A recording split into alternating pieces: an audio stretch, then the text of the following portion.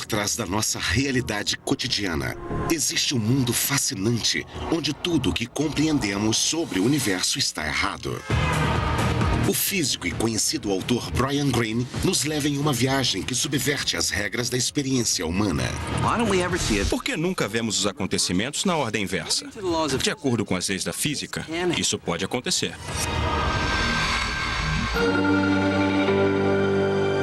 Além do cosmos, mecânica quântica.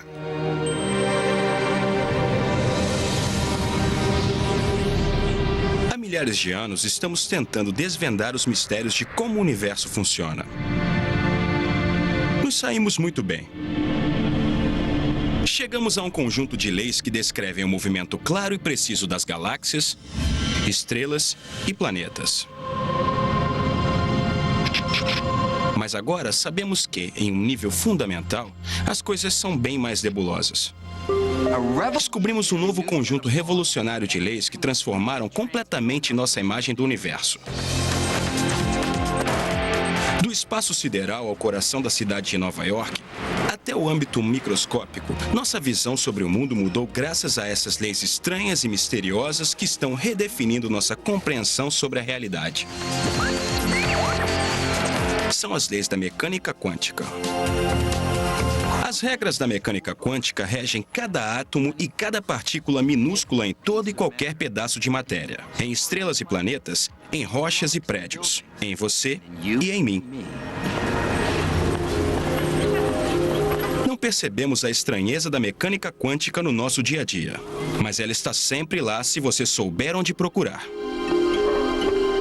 Só precisa mudar sua perspectiva e chegar até as menores escalas, até o nível dos átomos e das partículas dentro deles. No nível quântico, as leis que regem esse pequeno universo parecem completamente diferentes das conhecidas leis que regem os objetos maiores do nosso cotidiano. Depois de reparar nelas, você nunca mais verá o mundo do mesmo jeito.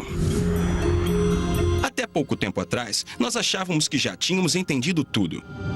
As leis que determinam como os planetas giram em torno do Sol, como uma bola faz um arco quando é arremessada para cima, como as ondulações se espalham na superfície de um lago. Essas leis foram descritas em uma série de equações chamadas de mecânica clássica, e elas permitiam prever o comportamento das coisas com exatidão.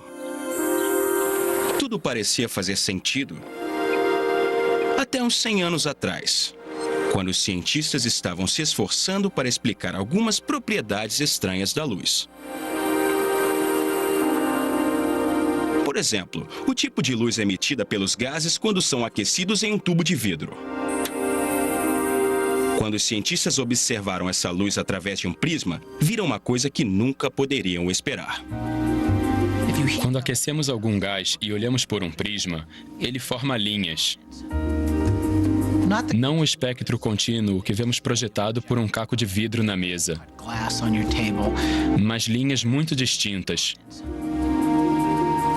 A luz não se espalhava, formando um arco-íris completo, mas apareciam feixes de luz em cores muito específicas. Era um mistério entender o que estava acontecendo. Uma explicação para as misteriosas linhas de cor viria de um grupo de cientistas radicais, que no começo do século XX estavam estudando a natureza fundamental do mundo físico. Algumas das ideias mais surpreendentes viriam da mente de Niels Bohr, um físico que adorava discutir novos conceitos jogando ping-pong. Bohr estava convencido de que a solução para o mistério estava no coração da matéria, na estrutura do átomo. Ele achava que os átomos pareciam pequenos sistemas solares, com partículas ainda menores, chamadas elétrons, orbitando em volta de um núcleo, da mesma forma que os planetas giram em torno do Sol. Mas Bohr propôs que, diferente do sistema solar, os elétrons não podiam se mover em uma órbita qualquer. Apenas determinadas órbitas eram permitidas. Ele teve uma ideia espantosa e completamente antifísica. Aqueles eram estados específicos, órbitas fixas que os elétrons podiam descrever. E só essas órbitas. Bohr afirmou que quando um átomo é aquecido, seus elétrons ficam agitados e pulam de uma órbita fixa para outra. Cada salto para baixo emite energia na forma de luz, em comprimentos de onda muito específicos. E por isso, os átomos produzem cores muito específicas. É daí que tiramos a expressão salto quântico. Se não fosse pelo salto quântico, teríamos um borrão de cor saindo de um átomo quando ele se agitasse ou sossegasse.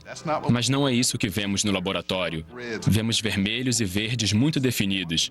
O salto quântico é a origem e o autor dessa cor definida. A grande surpresa do salto quântico foi que os elétrons iam diretamente daqui para lá, aparentemente sem se mover pelo espaço no meio. É como se, de repente, Marte sumisse de sua órbita e aparecesse na órbita de Júpiter. Bohr argumentou que o salto quântico surge de uma propriedade fundamental e fundamentalmente esquisita dos elétrons nos átomos. Sua energia vem em blocos distintos que não podem ser subdivididos. Quantidades mínimas específicas chamadas quanta. É por isso que existem órbitas específicas distintas que os elétrons podem ocupar. Um elétron tem que estar aqui ou ali, e em nenhum outro lugar no meio. Isso é diferente de tudo que conhecemos na vida cotidiana. Por mais misterioso que parecesse, logo as provas se acumularam, mostrando que Bohr estava certo. Os elétrons seguiam um conjunto de regras diferentes dos planetas e das bolas de ping-pong. A descoberta de Bohr foi um divisor de águas. Com essa nova imagem do átomo, Bohr e seus colegas se viram em rota de colisão com as leis reconhecidas da física. O salto quântico era apenas o começo. Logo, as ideias radicais de Bohr o colocariam em oposição com um dos maiores físicos da história. Albert Einstein não tinha medo de novas ideias. Mas durante a década de 1920, o mundo da mecânica quântica começava a se enveredar por um caminho que Einstein não queria ir. Uma direção que divergia nitidamente das previsões absolutas definitivas que eram a marca da física clássica.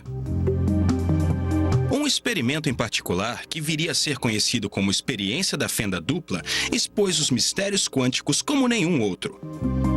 Se você estava esperando uma descrição da realidade baseada na certeza, suas expectativas seriam destroçadas.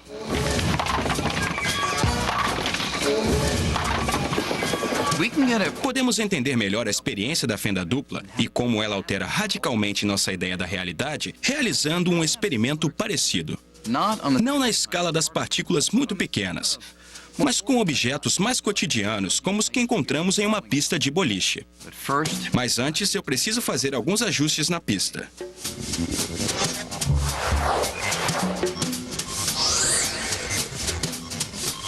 Você pode imaginar que se eu jogasse algumas dessas bolas na pista, elas seriam paradas pela barreira ou passariam por uma das fendas até bater na tela que fica no fundo.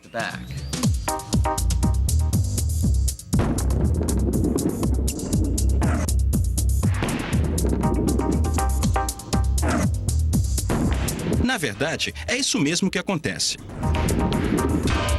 As bolas que passam sempre batem na tela diretamente atrás da fenda da direita ou na fenda da esquerda. A experiência da fenda dupla funciona assim, mas em vez de bolas de boliche, usamos elétrons, que são bilhões de vezes menores. Você pode imaginá-los assim.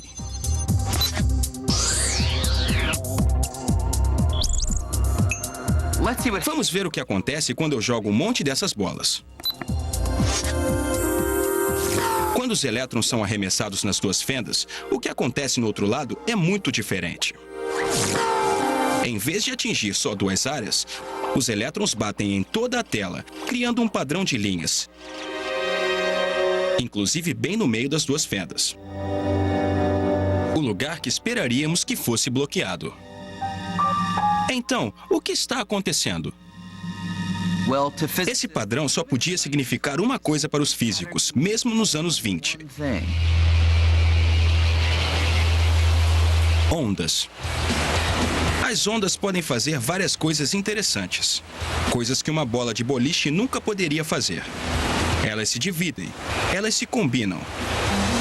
Se eu jogasse uma onda de água pelas fendas duplas, ela iria se dividir em duas e depois as duas iriam se cruzar. Os picos e vales iam se combinar, aumentando em alguns lugares, diminuindo em outros, e às vezes os dois se anulariam. Com a altura da água, correspondendo à claridade na tela, os picos e vales criariam uma sequência de linhas, no que é conhecido como padrão de interferência. Os elétrons são partículas, então como poderiam criar esse padrão? Como um único elétron poderia parar em lugares nos quais uma onda iria? Partículas são partículas, ondas são ondas. Como uma partícula pode ser uma onda? A não ser que a gente desista da ideia de que eles são partículas e pense: essa coisa que eu pensava que fosse uma partícula, na verdade é uma onda. Uma onda no oceano não é uma partícula. O oceano é composto por partículas, mas as ondas no oceano não são partículas. Pedras não são ondas. Pedras são pedras. Uma pedra é um exemplo de partícula. Uma onda no oceano é um exemplo de uma onda no oceano. Agora, alguém está dizendo que uma pedra é que nem uma onda no oceano. Como assim? Nos anos 20, quando uma versão desse experimento foi conduzida pela primeira vez, os cientistas se esforçaram para entender esse comportamento onduloso. Até que um físico chamado Max Born teve uma nova ideia revolucionária sobre o que a equação da onda descrevia. Ele disse que a onda não era um elétron espalhado ou qualquer outra coisa encontrada na ciência. Born afirmou que ela era muito peculiar. Uma onda de probabilidade. Ou seja, ele argumentava que o tamanho da onda em qualquer lugar prevê a probabilidade do elétron ser encontrado ali. Os lugares em que a onda é maior não são onde a maior parte do elétron está, são onde é mais provável que ele esteja. Isso é muito estranho, né? O elétron em si parece ser uma confusão de possibilidades. Não podemos perguntar onde o elétron está agora.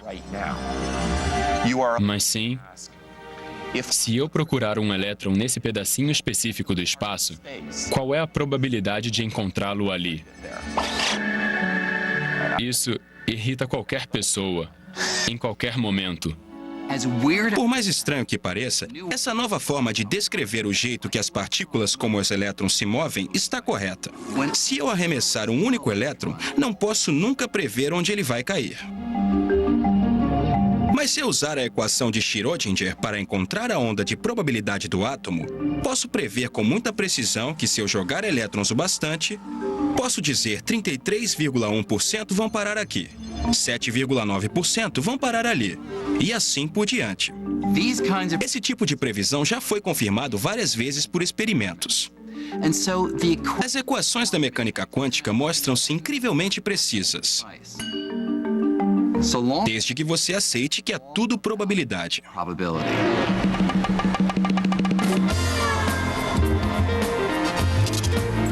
Se você acha que probabilidade significa ter que adivinhar, os cassinos de Las Vegas vão provar que você está errado. Tente a sorte em qualquer jogo de azar e descubra o poder da probabilidade. Digamos que eu aposte $20 no número 29 aqui na roleta.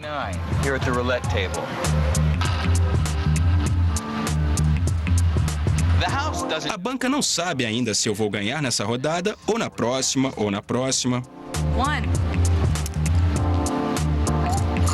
Mas sabe qual é a minha probabilidade de ganhar nesse jogo? É 1 em 38.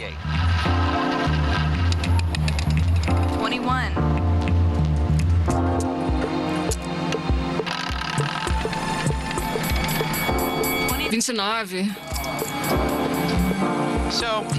Eu posso até ganhar de vez em quando, mas a longo prazo, a banca sempre ganha mais do que perde. A questão é que a banca não precisa saber o resultado de cada jogo de cartas, lançamento de dados ou giro da roleta.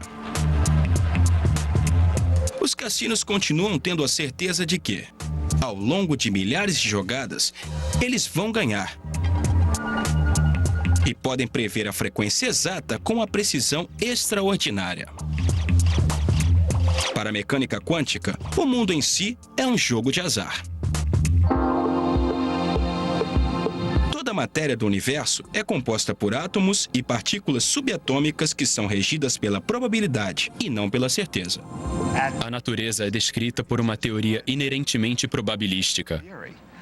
Isso vai contra a nossa intuição.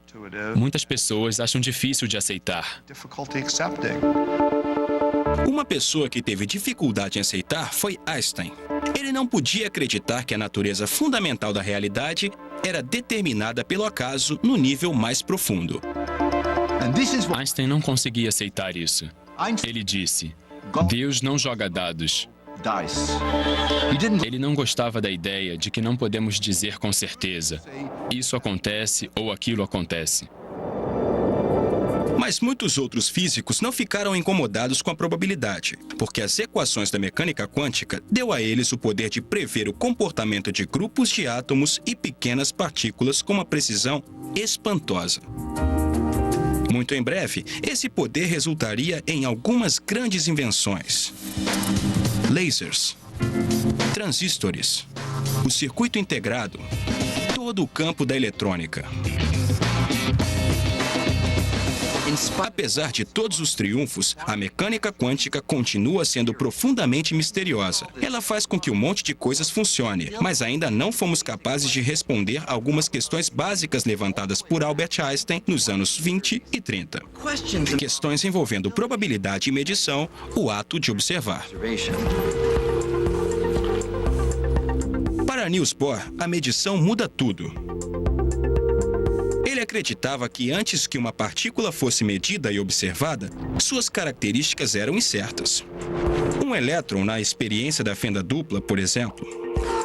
Antes que sua localização seja determinada, ele pode estar em qualquer lugar, com uma vasta gama de possibilidades. Até o momento em que o observamos. É só então que a incerteza sobre a localização desaparece. De acordo com a perspectiva de Bohr sobre a mecânica quântica, quando medimos uma partícula, ela é forçada a mostrar todos os lugares onde ela pode ter estado e selecionar uma localização específica onde é encontrada.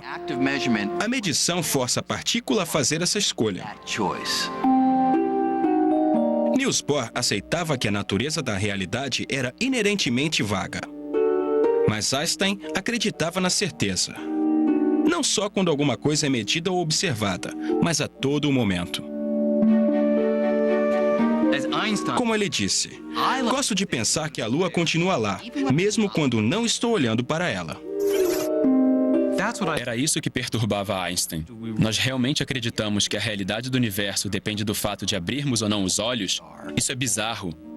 Einstein estava convencido de que faltava alguma coisa na teoria quântica que descrevesse todas as características das partículas em detalhes, como sua localização, mesmo quando não estamos olhando para elas. Mas na época, poucos físicos compartilhavam essa preocupação. Einstein achava que isso era desistir do trabalho de físico. Não que fosse uma teoria ruim, mas estava totalmente incompleta. Essa é a ressalva de Einstein. A mecânica quântica não está incorreta, mas está incompleta. Ela não capta tudo o que pode ser dito ou previsto com certeza. Apesar dos argumentos de Einstein, Niels Bohr continuava impassível. Quando Einstein repetia que Deus não joga dados, Bohr respondia: "Pare de dizer a Deus o que fazer." Em 1935, Einstein achou que tinha finalmente encontrado o calcanhar de Aquiles da mecânica quântica. Era tão estranho e ia contra todas as ideias lógicas sobre o universo que ele achava que isso seria a chave para provar que a teoria estava incompleta. Estamos falando sobre o entrelaçamento quântico. A previsão mais bizarra, mais absurda, mais maluca e mais ridícula da mecânica quântica é o entrelaçamento. O entrelaçamento é uma previsão teórica que vem das equações da mecânica quântica. Duas Duas partículas podem se entrelaçar se estiverem muito próximas e suas propriedades se ligam. Mesmo se nós separarmos essas partículas, jogando cada uma em direções opostas, a mecânica quântica diz que elas continuam entrelaçadas, conectadas de forma inextricável. Para entender como isso é profundamente estranho, considere uma propriedade dos elétrons chamada spin. Diferentemente de um peão, um átomo gira de forma completamente incerta, até que ele seja medido, assim como outras propriedades quânticas. Na medição, vamos ver que ele pode estar girando em sentido horário ou anti-horário. É mais ou menos como essa roda. Quando ela parar de rodar, vai parar aleatoriamente no vermelho ou no azul.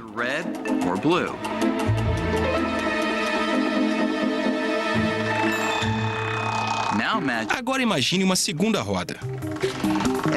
Se elas se comportassem como dois átomos entrelaçados, cada vez que uma parasse no vermelho, a outra com certeza cairia no azul. E vice-versa. Como as duas rodas não estão conectadas, isso já seria suspeito bastante. Mas a mecânica quântica, adotada por Niels Bohr e seus colegas, ia ainda mais longe, prevendo que se uma delas estivesse muito distante, até na Lua, sem cabos ou transmissores, mesmo assim, uma delas estaria no vermelho e a outra no azul. Em outras palavras, se você medisse uma partícula aqui, estaria afetando não apenas ela. A medição afetaria também a parceira entrelaçada, por mais distante que ela esteja. Para Einstein, esse tipo de conexão de longo alcance entre rodas, ou partícula, era tão ridículo que ele o chamava de ação fantasmagórica à distância. O surpreendente é que quando medimos uma partícula, estamos afetando o estado da outra partícula. Nós mudamos o estado dela. Não existem forças ou ligações como cabos de telefone. Não há nada conectando essas duas forças. Como a minha escolha de agir aqui pode ter alguma coisa a ver com o que acontece ali? Não há nenhuma maneira das duas partículas se comunicarem. Isso é completamente bizarro. E Einstein percebeu isso em 1935. Einstein não podia aceitar que o entrelaçamento funcionava assim e se convenceu de que a matemática é que era estranha, não a realidade. Ele concordava que as partículas entrelaçadas existem, mas achava que havia uma explicação mais simples de por que elas eram ligadas que não envolvesse uma misteriosa conexão à distância. Ele insistiu que as partículas entrelaçadas eram mais como um par de luvas.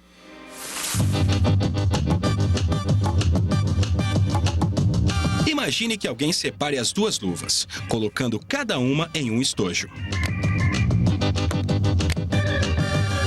Depois a pessoa entrega um dos estojos para mim e manda o outro para a Antártida.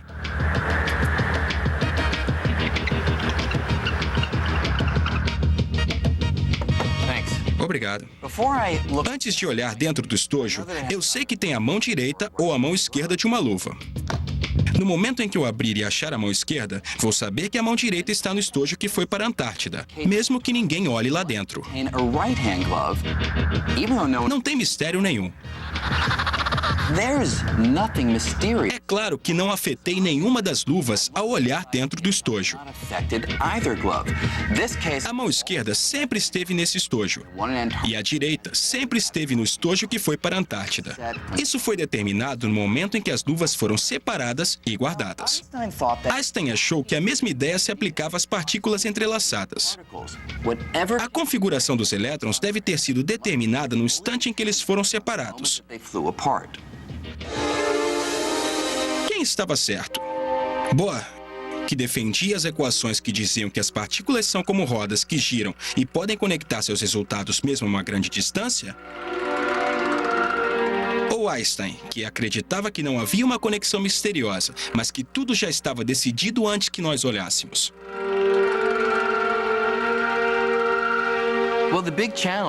O grande desafio em descobrir quem estava certo era que Einstein dizia que uma partícula tem um spin específico antes da medição. Poderíamos perguntar a ele como verificamos isso, e Einstein diria: é só medir que você vai encontrar o spin específico. Bohr diria: mas é o ato de medir que leva o spin a um estado específico. Ninguém sabia como solucionar o problema.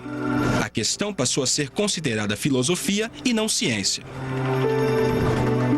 Em 1955, Einstein morreu, ainda convencido de que a mecânica quântica oferecia, na melhor das hipóteses, um quadro incompleto da realidade.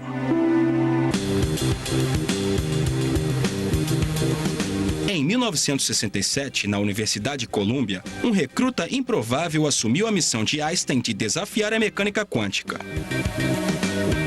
John Clauser estava prestes a completar um doutorado em astrofísica. A única coisa que faltava era sua nota em mecânica quântica. Quando eu ainda era aluno de graduação, não conseguia entender a mecânica quântica, por mais que eu tentasse.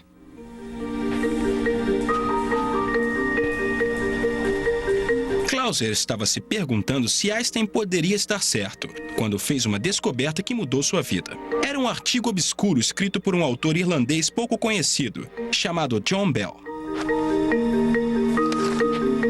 Bell parecia ter encontrado uma forma de resolver o impasse entre Einstein e Bohr, e mostrar de uma vez por todas quem estava certo sobre o universo. Eu tinha certeza que a perspectiva da mecânica quântica provavelmente estava errada.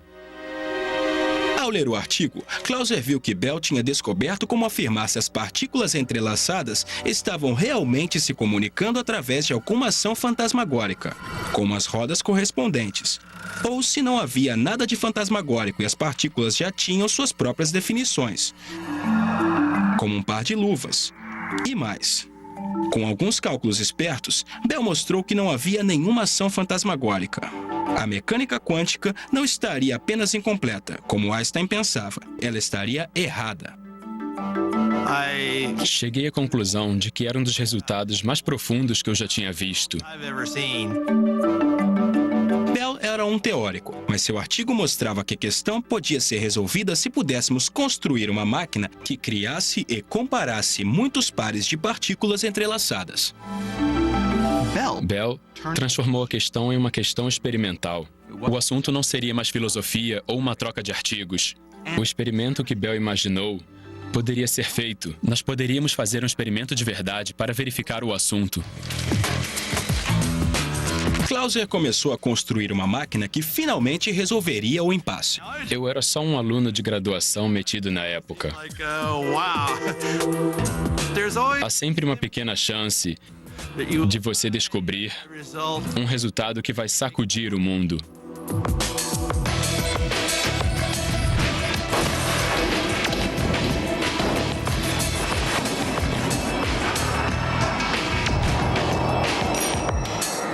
A máquina de Clauser media milhares de pares de partículas entrelaçadas e os comparava em várias direções diferentes.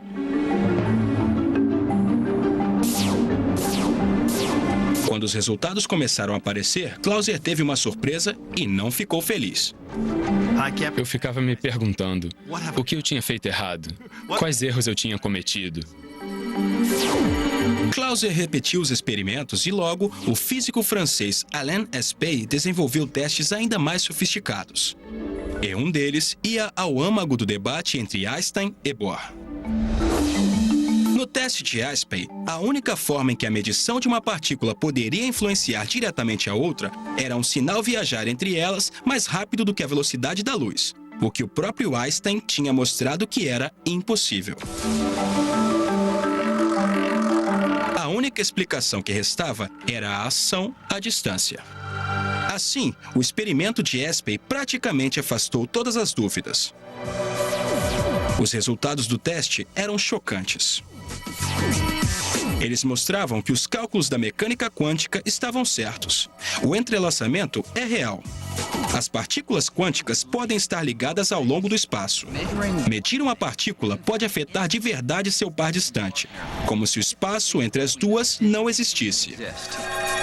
Justamente o que Einstein achou que fosse impossível, a ação fantasmagórica à distância, realmente acontece. Fiquei Muito triste de não ter derrubado a mecânica quântica mais uma vez, porque até hoje tenho muita dificuldade em entender a teoria. Isso é o mais estranho da mecânica quântica. É impossível compreender. Não me pergunte por quê. Não pergunte como funciona, porque é uma pergunta ilegal. Tudo o que podemos dizer é que, aparentemente, é assim que o mundo funciona. Se nós aceitamos que o mundo realmente funciona desse jeito bizarro, seria possível aproveitar a ação fantasmagórica à distância do entrelaçamento para alguma coisa útil? Sempre tivemos o sonho de transportar pessoas e objetos de um lugar para outro sem percorrer o espaço entre eles. Em outras palavras, teletransporte. Me teletransporte a bordo. Energizar. Energizar. A série Star Trek sempre fez o teletransporte parecer muito convincente. Pode soar como ficção científica, mas como o entrelaçamento pode torná-lo possível? Incrivelmente, alguns testes já estão sendo feitos nas Ilhas Canárias, na costa da África. Nós fazemos os experimentos aqui nas Ilhas Canárias porque temos 2 observatórios. Além disso, é um ambiente agradável.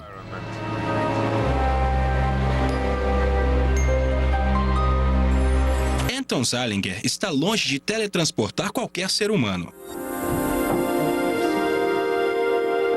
Mas ele está tentando usar o entrelaçamento quântico para tentar teletransportar pequenas partículas individuais. Neste caso, fótons, as partículas de luz. Ele começa gerando um par de partículas entrelaçadas no laboratório na ilha de La Palma. Um fóton entrelaçado fica em La Palma, enquanto o outro é enviado por telescópios guiados a laser para a ilha de Tenerife, a 144 quilômetros de distância.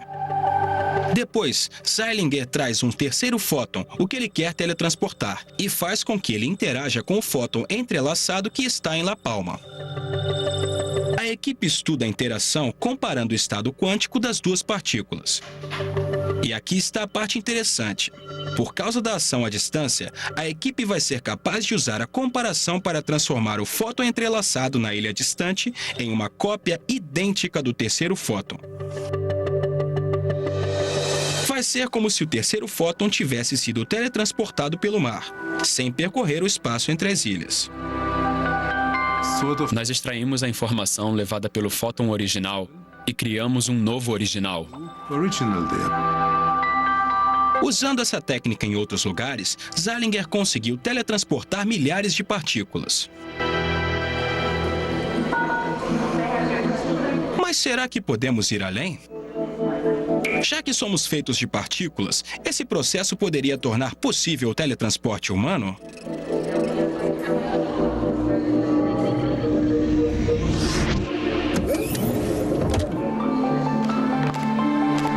Bem-vindo à cidade de Nova York.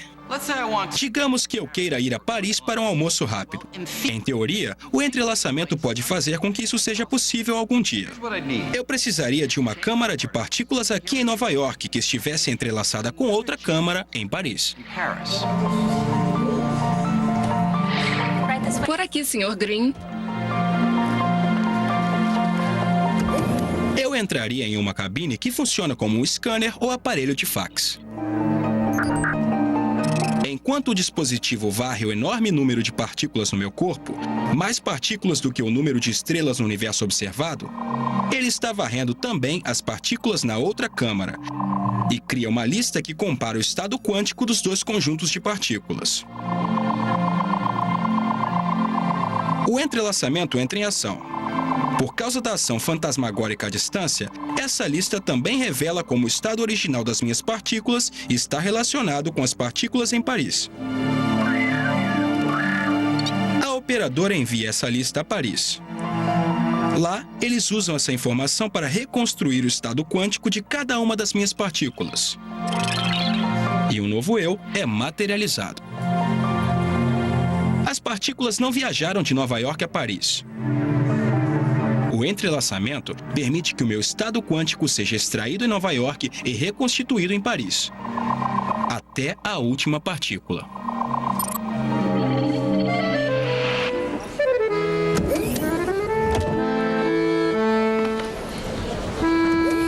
Bonjour, Monsieur Green. Olá, aqui estou, em Paris, uma réplica exata de mim mesmo. É melhor que eu esteja mesmo, porque a medição dos estados quânticos de todas as minhas partículas em Nova York destruiu o original. O protocolo para o teletransporte quântico exige que o objeto que está sendo teletransportado seja destruído no processo. Isso te deixa meio nervoso. Acho que você acabaria virando um amontoado de nêutrons, prótons e elétrons. Sua aparência não seria muito boa. Estamos muito longe do teletransporte humano, mas a possibilidade levanta uma questão. O Brian Greene que chega a Paris sou realmente eu? Não deveria existir nenhuma diferença entre o eu original de Nova York e o novo eu em Paris. De acordo com a mecânica quântica, não são as partículas físicas que fazem com que eu seja eu. São as informações contidas nas partículas. E essas informações foram teletransportadas exatamente por todas as trilhões e trilhões de partículas que compõem o meu corpo. Uma questão filosófica profunda é se o que chega à estação de destino é o original ou não.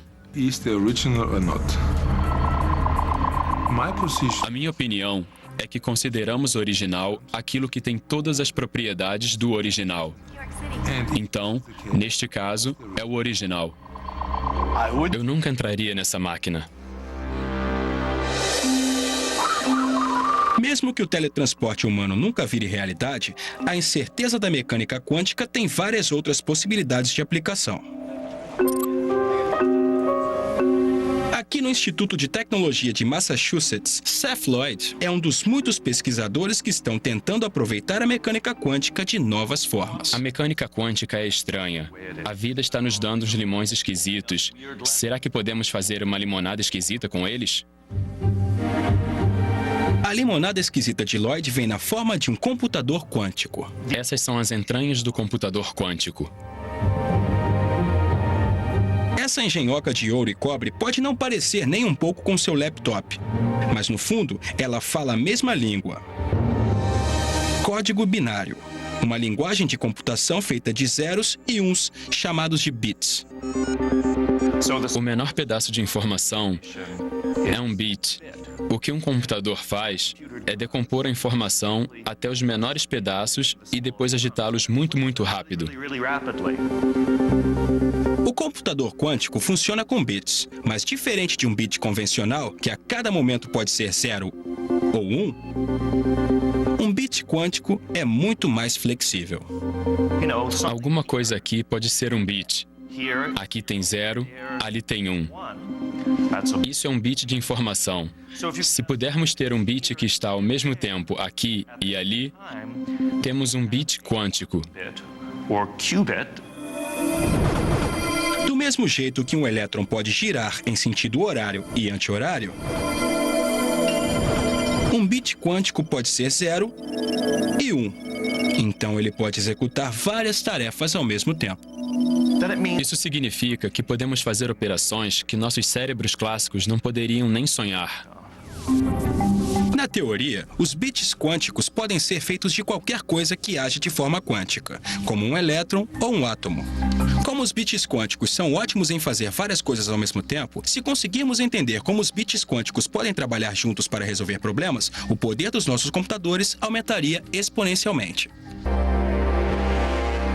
Para entender como um computador quântico seria tão poderoso, imagine que está preso no meio de um labirinto. In the middle of a hedge maze.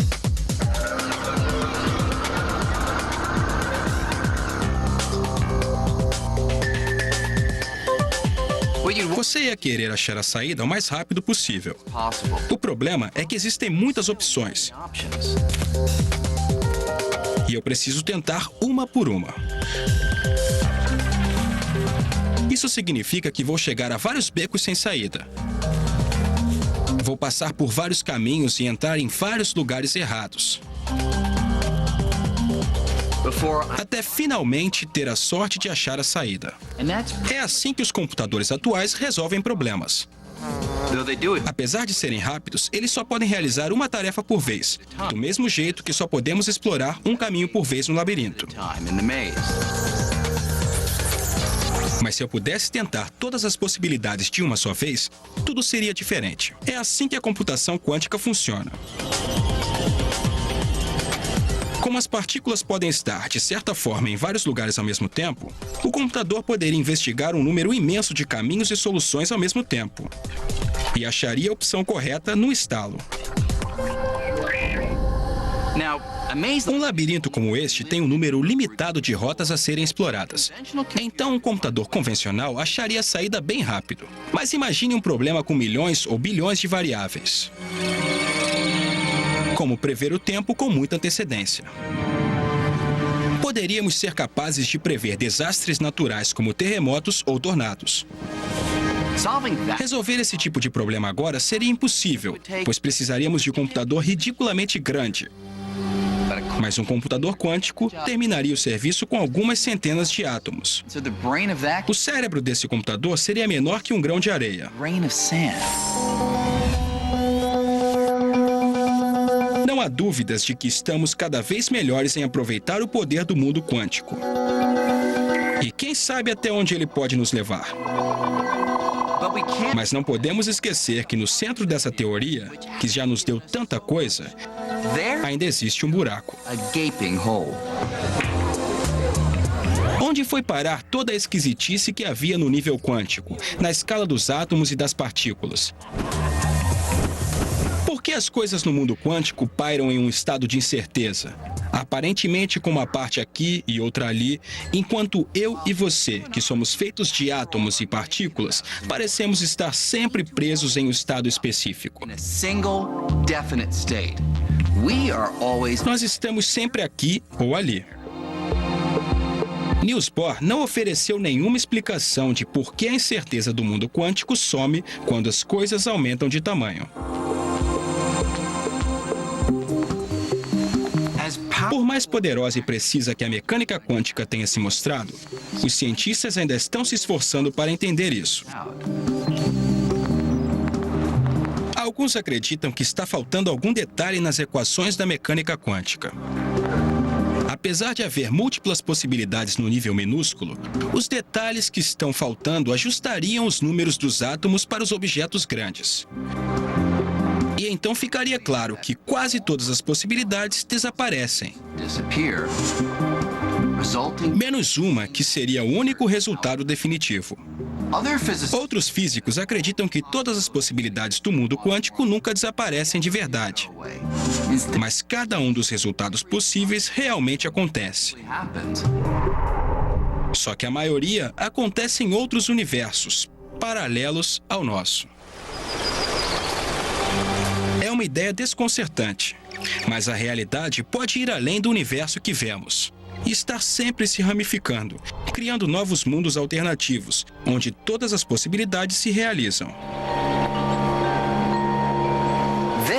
Essa é a fronteira da mecânica quântica e ninguém sabe onde vai dar.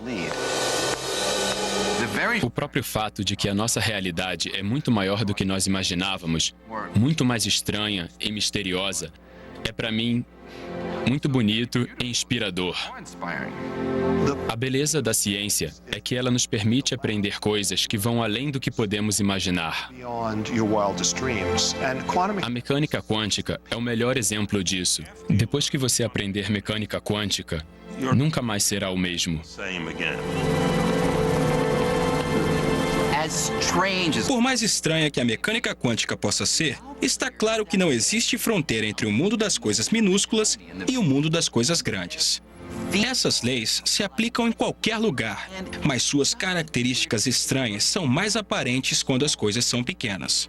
A descoberta da mecânica quântica revelou que a realidade, a nossa realidade, é chocante e eletrizante, nos levando mais perto de entender o tecido do cosmos.